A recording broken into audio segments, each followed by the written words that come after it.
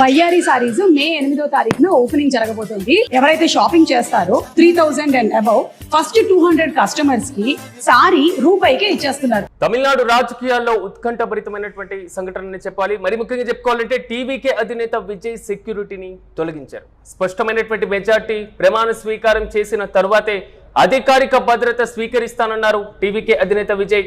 Convoy లేకుండానే ఇంటికి వెళ్లిపోయారు విజయ్. ప్రస్తుతం విజయ్ కు వైస్ సెక్యూరిటీ భద్రత కల్పిస్తున్నారు. విజయ్ ఇంటి వద్ద కూడా భద్రతను తొలగించారు. విజయ్ ఇంటి వద్ద ఎక్కడ కూడా భద్రత కనిపించినటువంటి పరిస్థితుల్లో లేదు. విజయ్ నిర్ణయం పైన తమిళనాడు రాజకీయాల్లో మాత్రం తీవ్ర చర్చ మొదలైంది. ఎన్నికల ఫలితాలు రావడమే ఆలస్యం. అతిపెద్ద పార్టీగా ఆవిర్భవించినటువంటి టీవీకే అధినేత విజయ్ నివాసం వద్ద తదుపరి ముఖ్యమంత్రి దాదాపు కన్ఫామ్ అనుకోని భద్రతను కూడా ఏర్పాటు చేసినటువంటి పైన కానీ గవర్నర్ అభ్యంతరం తెలిపినటువంటి నేపథ్యంలో విజయ్ కీలకమైనటువంటి నిర్ణయం తీసుకున్నట్లుగా తెలుస్తుంది. పూర్తి స్థాయిలో స్పష్టమైనటువంటి మెజార్టీ ప్రమాణ స్వీకారం చేసిన తరువాతే అధికారిక భద్రత స్వీకరిస్తానంటూ కూడా విజయ్ వ్యాఖ్యానించినటువంటి తీరు మాత్రం తమిళనాడు వ్యాప్తంగా చర్చనీయాంశంగా మారుతుంది. ఇక ఇదే అంశంపై మరింత సమాచారం మా ప్రతినిధి కిరణ్ అందిస్తారు. కిరణ్, చెప్పండి, ముఖ్యమంత్రి దాదాపు కన్ఫామ్, ప్రమాణ స్వీకారానికి సమయం డేట్ మొత్తం ఫిక్స్ అయిపోయినటువంటి నేపథ్యం, భద్రతను కూడా కట్టుదిట్టం చేసినటువంటి పరిస్థితులు మనం చూసాం. కానీ ఒక్కసారిగా గవర్నర్ నో చెప్పడంతో విజయ్ కూడా భద్రతను కొంతవరకు సున్నితంగా తిరస్కరించినట్లుగా తెలుస్తుంది. పూర్తి అప్డేట్స్ ఏంటి? విజయ్ నిర్ణయంపై తమిళనాడు రాజకీయాల్లో చర్చ నడుస్తుంది. ఎందుకంటే తాను ముఖ్యమంత్రిగా బాధ్యతలు చేపట్టిన తర్వాతనే అధికారికంగా భద్రత స్వీకరిస్తానని ఆయన సెక్యూరిటీకి చెప్పడంతో సెక్యూరిటీ కూడా వెళ్లిపోవడం జరిగింది. విజయ్కి ఇచ్చిన ఏదైతే అత్యధిక సీట్లు రావడం సింగిల్ లార్జెస్ట్ పార్టీగా నిలవడంతో ప్రభుత్వం ఏర్పాటు చేస్తారు అనే కోణంలో ప్రభుత్వాధికారులు కూడా వెంటనే విజయ్ కి భద్రత కల్పించారు. విజయ్ ఇంటి చుట్టూ ఇంటి పరిసరాల్లో కూడా సెక్యూరిటీ జోన్ ఏర్పాటు చేశారు. అయితే ఇక్కడ ప్రధానంగా విజయ్ నిన్న గవర్నర్ కలిసిన తర్వాత ఆయన గవర్నర్ రిజెక్ట్ చేశాక ఏదైతే ప్రమాణ స్వీకారానికి ఆయన రిజెక్ట్ చేసిన తర్వాత అక్కడ ఉన్న సెక్యూరిటీని వదిలేసి ఆయన సొంత కారులో ఒక్కరే వెళ్ళిపోయారు. ఇంటి దగ్గర కూడా ఉన్న సెక్యూరిటీని ఉపసంహరించారు ప్రభుత్వ అధికారులు. అయితే ఇక్కడ ప్రధానంగా తమిళనాడులో ముఖ్యమంత్రి ఎవరవుతారనే అంశం ఒక చర్చ అయితే, ఆ సింగిల్ లార్జెస్ట్ పార్టీగా నిలిచిన విజయ్ ని ముఖ్యమంత్రిగా ప్రమాణ స్వీకారం చేయడానికి గవర్నర్ ఆహ్వానించాల్సింది. అయితే గవర్నర్ ఏ విచక్షణ అధికారం మేరకు ఆ మద్దతు లేకపోై సంతృప్తి వ్యక్తం చేయాలనే అంశం కూడా రాజకీయాల్లో ఒక చర్చ. ఎందుకంటే లార్జెస్ట్ పార్టీని ఎక్కడైనా ఏ రాష్ట్రంలో అయినా కూడా లార్జెస్ట్ పార్టీని ప్రభుత్వం ఏర్పాటుకు ఆహ్వానించడం, వారికి 14 రోజులు గడువు ఇవ్వడం, 14 రోజుల తర్వాత అసెంబ్లీ సమావేశం ఏర్పాటు చేయడం, అసెంబ్లీలో బలం నిరూపించుకోవడం అనేది ఒక రెగ్యులర్ ప్రాసెస్. ఒక సీఎం ఎన్నుకోవడానికి రెగ్యులర్ ప్రాసెస్ ఎందుకు గవర్నర్ డిలే చేస్తున్నారనే అంశం పైన క్లారిటీ లేదు.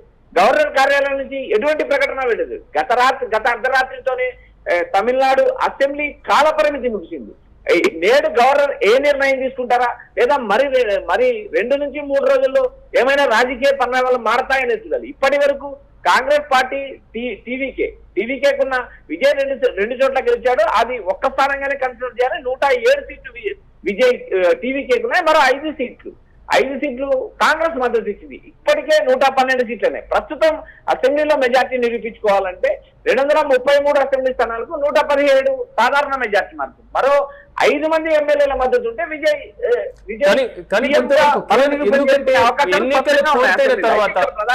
వచ్చిన తర్వాత రిజల్ట్ రావడమే ఆలస్యం. విజయ్ కొత్త సాంప్రదాయాన్ని కూడా మనం చూసాం. స్టాలిన్ తో భేటీ అవ్వడం తమిళనాడు రాజకీయాల్లో కొంతవరకు వినూత్నంగా.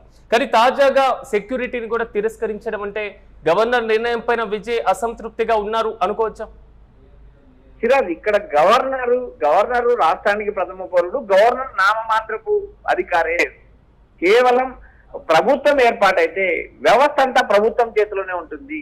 కేవలం అసెంబ్లీలో గాని శాసన మండలిలో గాని బిల్లులు మాత్రమే పాస్ చేయగల అధికారం గవర్నర్కు ఉంటుంది. గవర్నర్ ప్రత్యక్షంగా పరోక్షంగా రాజకీయాల్లో గాని ప్రభుత్వంలో గాని జోక్యం ఉంటుంది. అయితే ఇక్కడ ప్రధానంగా ఇప్పుడు ఉన్న పరిస్థితి, ఇప్పుడు హంగ్ ఏర్పడడం, ఎవరికి మెజార్టీ రాకపోవడం, విజయ్ సింగిల్ లార్జెస్ట్ పార్టీగా మిగిలడం కూడా ఇదొక అనూహ్య పరిణామం. విజయ్ కి కాంగ్రెస్ మద్దతు ఇవ్వడం, సాధారణ మెజార్టీ మార్క్ 5 సీట్ల దూరంలో ఉన్నప్పుడు విజయ్ కి లార్జెస్ట్ పార్టీగా ఉన్న విజయ్ ని గవర్నర్ కి ఇచ్చిన లేఖ పైన ఆయన సంతృప్తి వ్యక్తం చేయకపోవడం అనే అంశం గవర్నర్ కు ఉన్న విచక్షణాధికారం. అయితే ఒక్కోసారి ప్రభుత్వాలు రద్దు చేయడంలో గవర్నర్కు విచక్షణాధికారం ఉంటది. ఆర్టికల్ 164 ప్రకారం గవర్నర్ కున్న విచక్షణాధికారాన్ని ఇక్కడ వినియోగించలేదు అనుకోవాలి. మరోపక్క విజయ్ కి రాబోయే రోజుల్లో ఏ ఎమ్మెల్యేలు మద్దతు ఇస్తారు?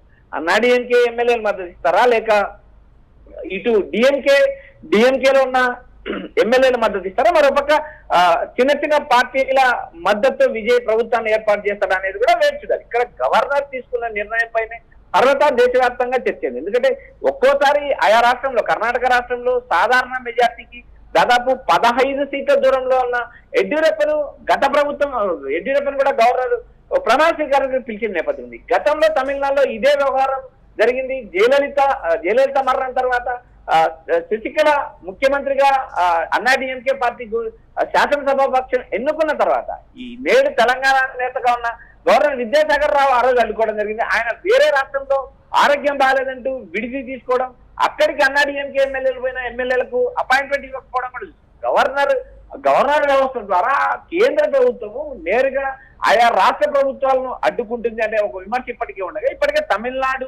తమిళనాడులో గతంలో ఉన్న రవి, ఏదైతే గవర్నర్ గా ఉన్న రవి వర్సెస్ స్టాలిన్ గా యుద్ధం జరిగింది. పశ్చిమ బెంగాల్ గవర్నర్ కు వర్సెస్ ముఖ్యమంత్రికి యుద్ధం. ఇలా దేశవ్యాప్తంగా ఆయా రాష్ట్రాల్లో ప్రాంతీయ పార్టీలు ఉన్న చోట గవర్నర్ల వ్యవస్థ ముఖ్యమంత్రులను కానీ ప్రభుత్వాన్ని ఇబ్బంది పెట్టే పరిస్థితి ఏర్పడింది. ఇక్కడ తమిళనాడులో కేవలం తాత్కాలిక అడ్డుకట్ట మాత్రమే తప్ప విజయ్ మరికొన్ని రోజుల్లో ప్రమాణ స్వీకారం చేస్తారనే ఒక అంశం తెరపైకి వచ్చింది. చూడాలి విజయ్కి ఎవరు మద్దతు ఇస్తారా, విజయ్ ప్రభుత్వం ఎప్పుడు ఏర్పాటు చేస్తాడా, విజయ్ అధికారికంగా ముఖ్యమంత్రి అయిన తర్వాతనే తాను సెక్యూరిటీ తీసుకుంటానని అధికారికంగా బాధ్యత చేపట్టిన తర్వాతే తనకు భద్రత కల్పించండి అంటే ఆయన నేరుగా ప్రభుత్వ అధికారులను కోరారు. అదేవిధంగా విజయ్ ఇంటి వద్ద కూడా సెక్యూరిటీని డ్రాప్ చేశారు. విజయ్ కోరిన తర్వాతనే అక్కడి నుంచి సెక్యూరిటీ డ్రాప్ అయింది. విజయ్ సెక్యూరిటీని ప్రభుత్వ అధికారులు ఎవరు తొలగించలేదు అనే అంశం స్పష్టంగా అర్థమవుతుంది.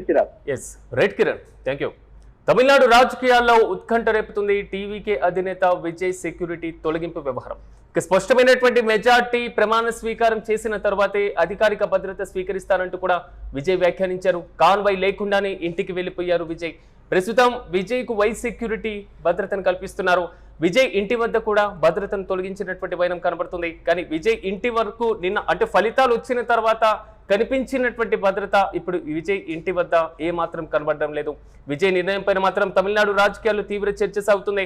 ఓవైపు ముఖ్యమంత్రిగా ప్రమాణ స్వీకారం, మరోవైపు గవర్నర్ కి సంబంధించినటువంటి అంశాలు, గవర్నర్ నిర్ణయం ఎలా ఉండబోతుంది అనేటువంటి కోణంలో ఇప్పటి వరకు సాగినటువంటి రాజకీయాల్లో ఇప్పుడు మళ్ళీ విజయ్ సెక్యూరిటీ పరంగా తీసుకున్నటువంటి నిర్ణయం మాత్రం మరింత చర్చనీయాంశంగా మారుతుంది.